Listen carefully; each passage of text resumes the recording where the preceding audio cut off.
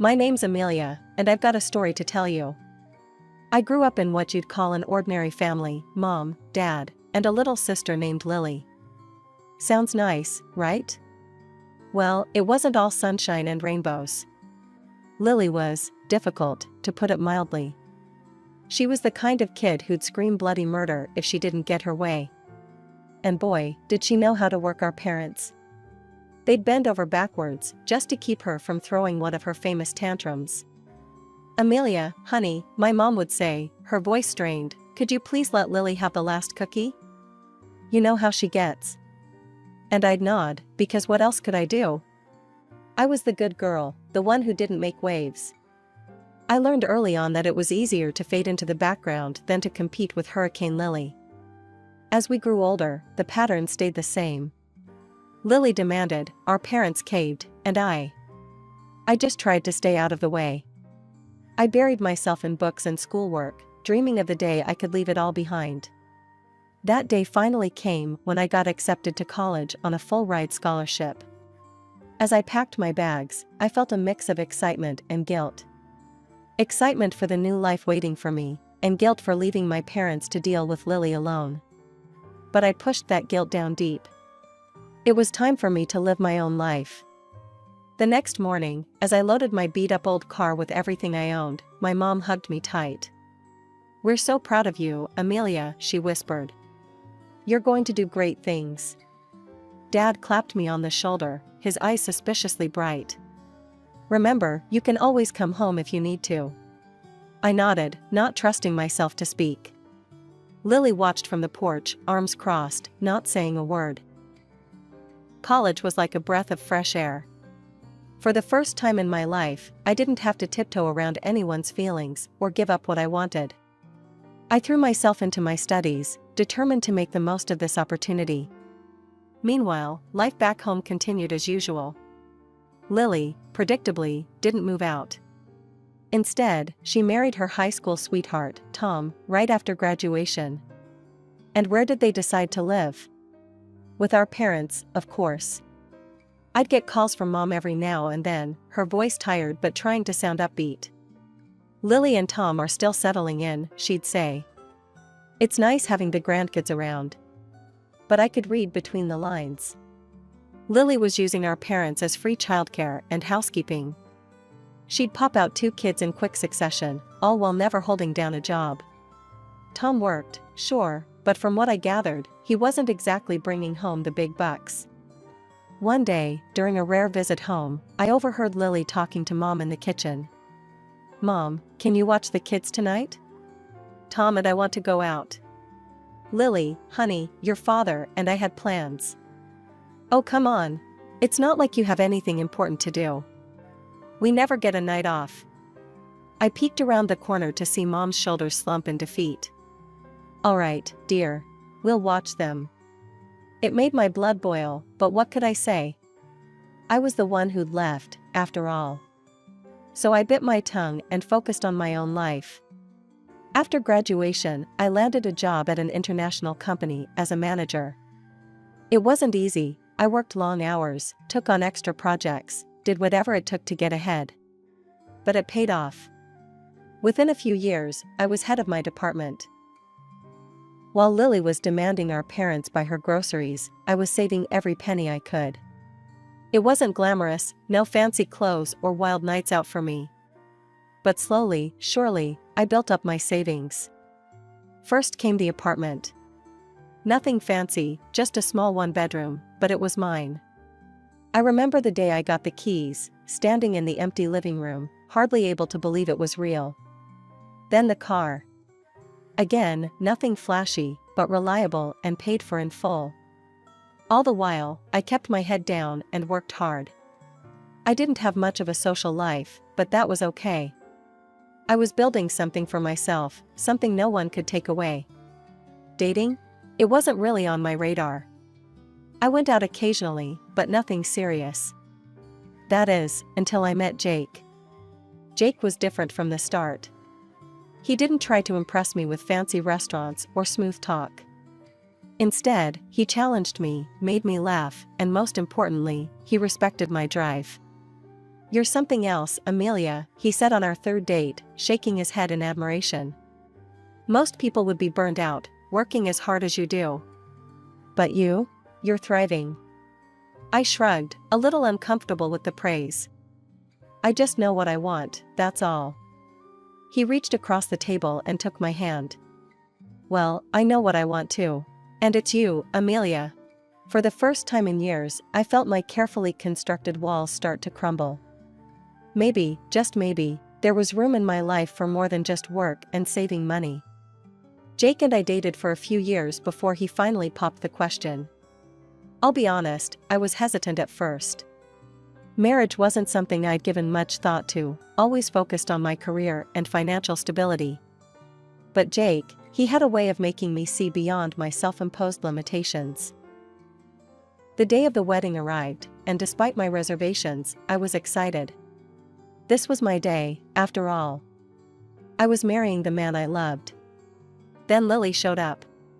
My sister waltzed into the bridal suite wearing a white dress that looked suspiciously bridal. "Oh, Amelia," she exclaimed, twirling around.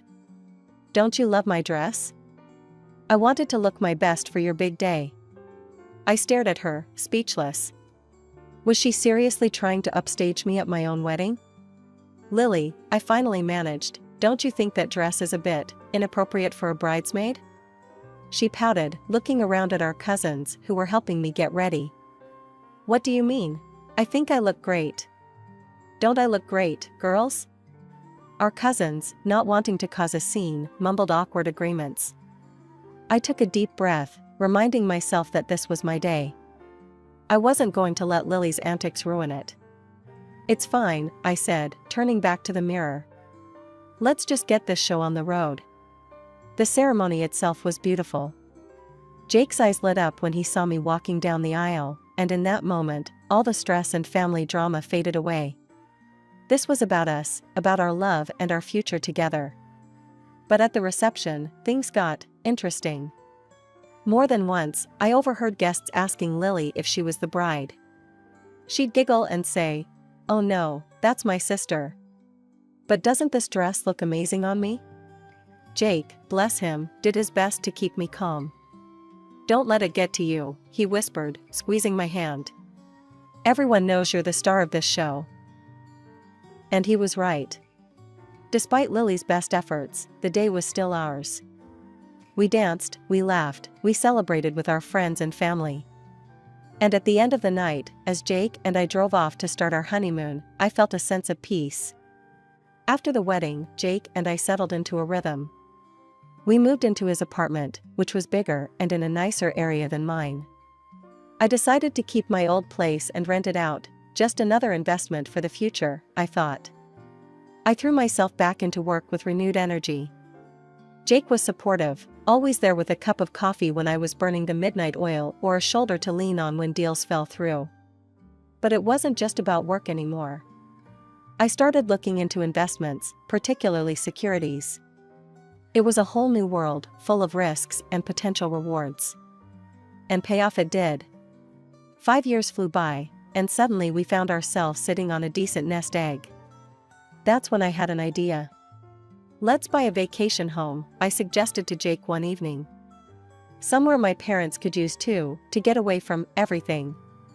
Jake knew what I meant by everything. My sister, her husband, their 3 kids, it was a lot for my parents to handle. We found the perfect place, a beautiful villa on a lake, just outside the city. It had everything, a large barbecue area, a sprawling terrace, 3 bedrooms, and a view that took your breath away. The moment I saw it, I knew it was the one. The day we closed the deal, I called my parents. "Mom, Dad, I've got a surprise for you," I said, barely containing my excitement. When they arrived at the villa, my mom's eyes filled with tears.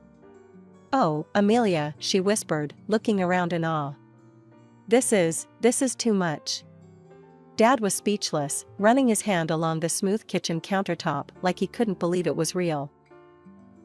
"It's not too much," I insisted. "You deserve this. A place to relax, to get away from your sister," Dad finished, a hint of guilt in his voice. I nodded. "But listen, there's one thing. Can we not tell Lily that I bought this? Can we say it's yours? That you bought it with your savings? Mom looked confused. But why? I sighed, thinking about the phone call I'd had with Lily just the day before. She'd asked to borrow money for a car, and I'd said no. I could only imagine how she'd react if she found out about this place. It's just easier this way, I said. Please? They agreed, albeit reluctantly. Little did I know the storm this white lie would stir up. A few days later, I got a call from Mom. She sounded exhausted. Lily found out about the villa, she said. She wants us to sell it. Says we should give her the money instead, so she can buy a sports car and travel the world. I could feel my blood pressure rising. And what did you say? We said no, of course. But Amelia, it was bad. She screamed, she cried. Said we loved you more, that we always favored you. I closed my eyes, feeling a familiar mixture of guilt and frustration.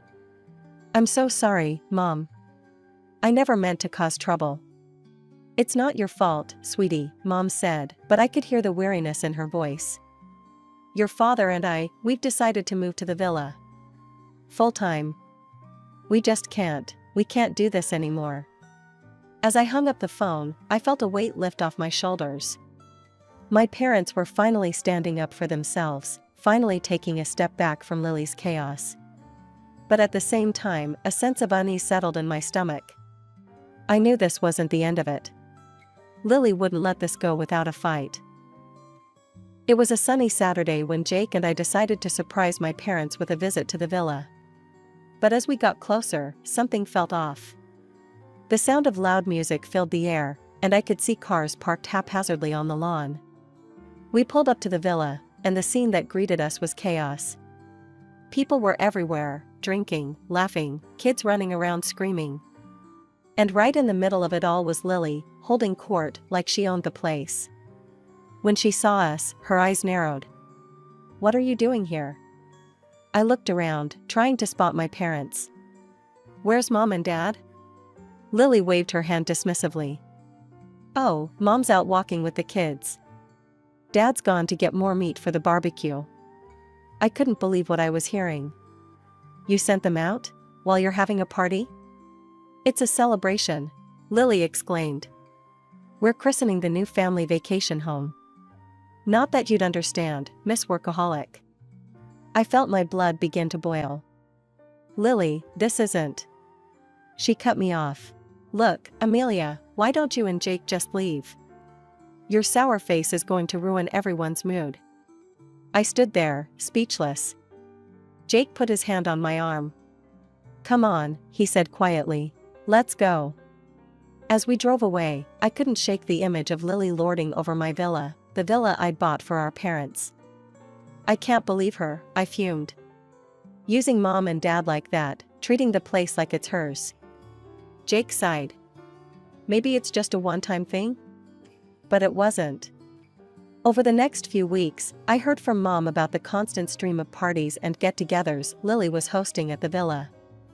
And when she wasn't partying, she was dumping her kids on our parents.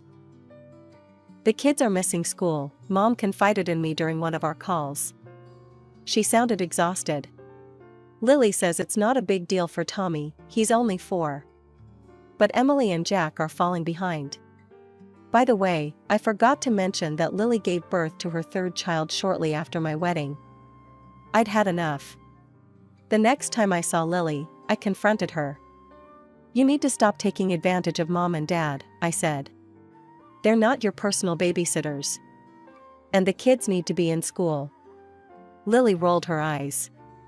Don't be such a killjoy, Amelia. Mom and Dad love having the kids around. But I could see the toll it was taking on our parents. They looked tired, worn down.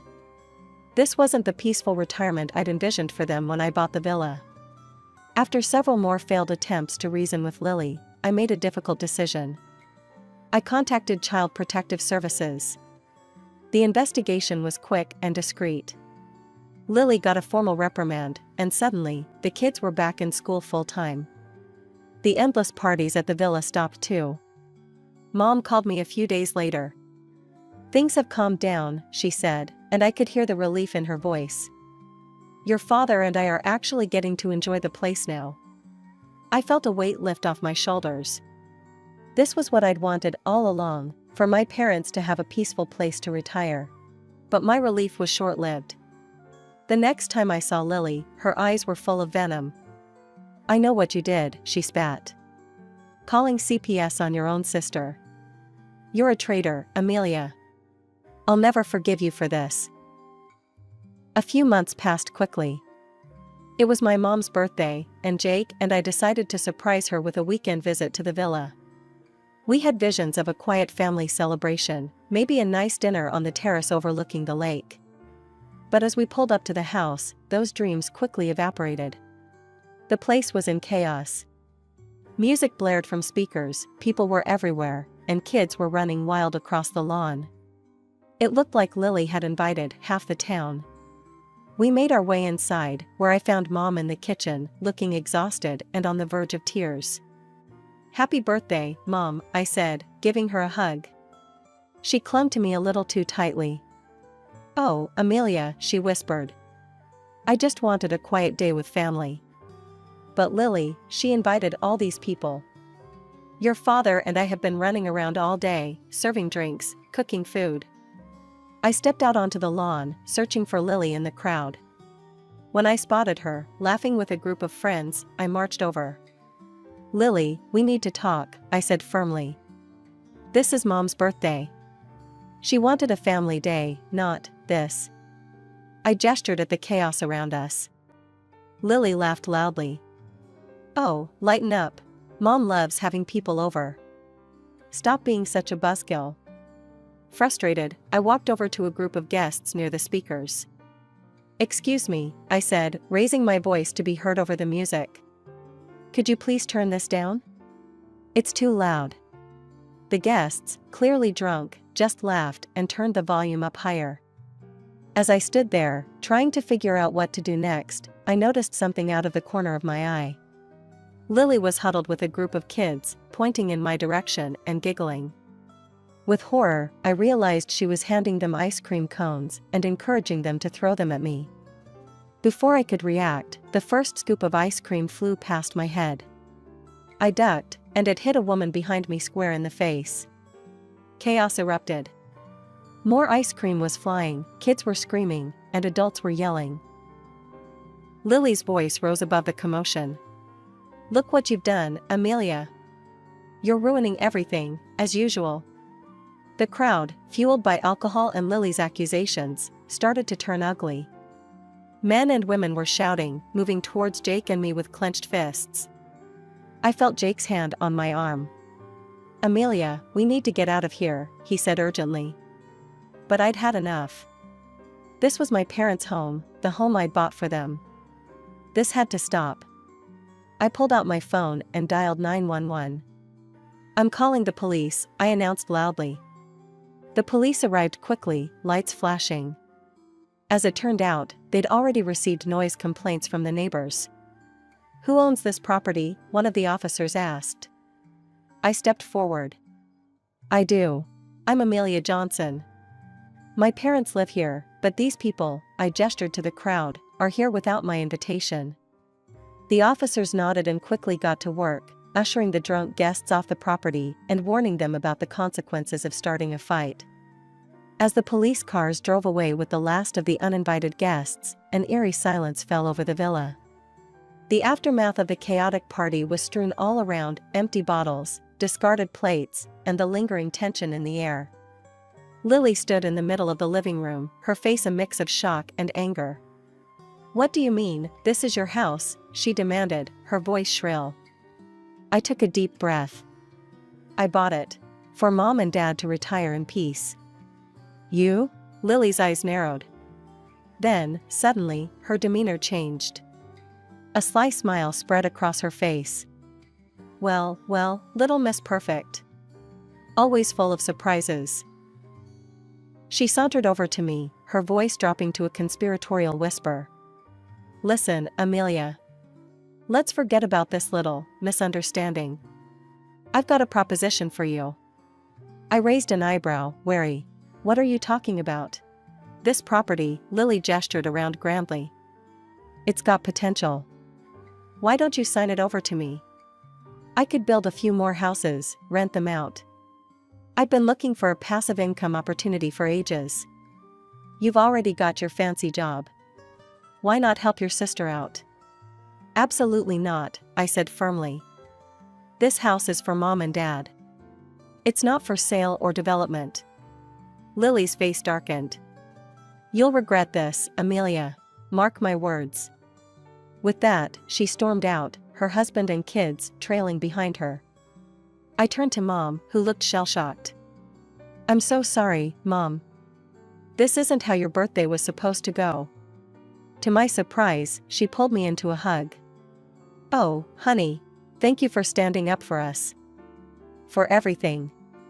I spent the rest of the day helping Mom clean up the mess, but Lily's threat kept echoing in my mind.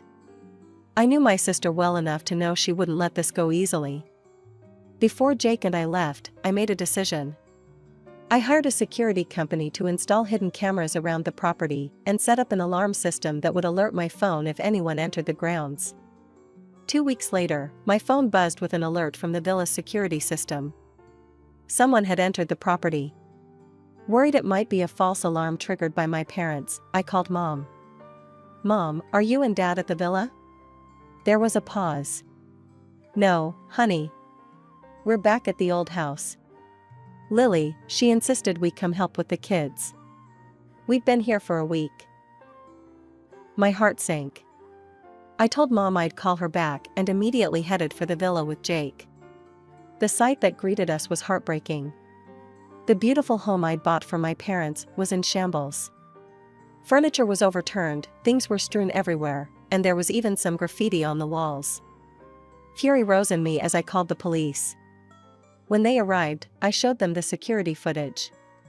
There was no doubt, it was Lily and her husband, vandalizing the property in a drunken rage. A few days later, my phone rang. It was Lily. You need to drop the charges, she said without preamble. The police brought us in for questioning. They're talking about pressing charges for vandalism and trespassing. You have to make this go away, Amelia. I took a deep breath. No, Lily. I'm done cleaning up your messes. I'm done being the family peacekeeper at the expense of my own peace. From now on, you can talk to my lawyer. The weeks following the villa incident were a whirlwind of legal proceedings and family drama. I was determined to see this through, to finally put an end to Lily's destructive behavior. I had the villa professionally cleaned and repaired, carefully documenting every bit of damage. The bill came to just over $10,000. My lawyer advised me to sue for the full amount, and after some soul-searching, I agreed. The day of the court hearing arrived. I sat on one side of the courtroom, Lily and her husband on the other. She wouldn't even look at me. The judge listened to both sides, reviewed the evidence, including the security camera footage. In the end, his decision was clear. The court finds in favor of the plaintiff, he announced. The defendants are ordered to pay $10,000 in damages. But that wasn't all. Due to the nature of the crime and the clear evidence, the judge also handed down a suspended sentence for trespassing and property damage. The aftermath of the trial hit Lily and her family hard. Her husband, who'd always coasted by on charm and family connections, suddenly found himself struggling to find work. No one wanted to hire someone with a criminal record, even if it was suspended. Lily, who'd never worked a day in her life, was forced to find a job. I heard through the grapevine that she was waiting tables at a local diner, coming home exhausted every night. As for me, I made the difficult decision to cut ties completely. I issued a legal notice, barring Lily from the villa, and ceased all communication with her. It was painful, but necessary. Mom and Dad, finally free from Lily's constant demands, moved into the villa full-time. The change in them was remarkable. They looked years younger, more relaxed than I'd seen them in decades. We should have done this years ago, Dad told me during one of my monthly visits. We love having the grandkids over, but now it's on our terms. A few hours at a time, and then back to our peaceful life. They'd left their old house to Lily, a final act of parental kindness, but made it clear that the financial support stopped there. It was time for Lily to stand on her own 2 feet. As for me, life was looking up. Work was going well, my relationship with Jake was stronger than ever, and then we got some unexpected news. "I'm pregnant," I told Jake one evening, my voice shaking with excitement and nervousness. His face lit up like a Christmas tree. He picked me up and spun me around, both of us laughing and crying at the same time. As I write this, I'm 6 months along. We're having a little girl. Jake and I are busy preparing the nursery, reading every parenting book we can get our hands on. I still think about Lily sometimes. Last I heard, she and her husband were fighting constantly, teetering on the edge of divorce. Part of me feels sad for her, for the mess she's made of her life. But a bigger part of me feels free. Free from the obligation to always fix her problems, to be the peacekeeper at the expense of my own happiness.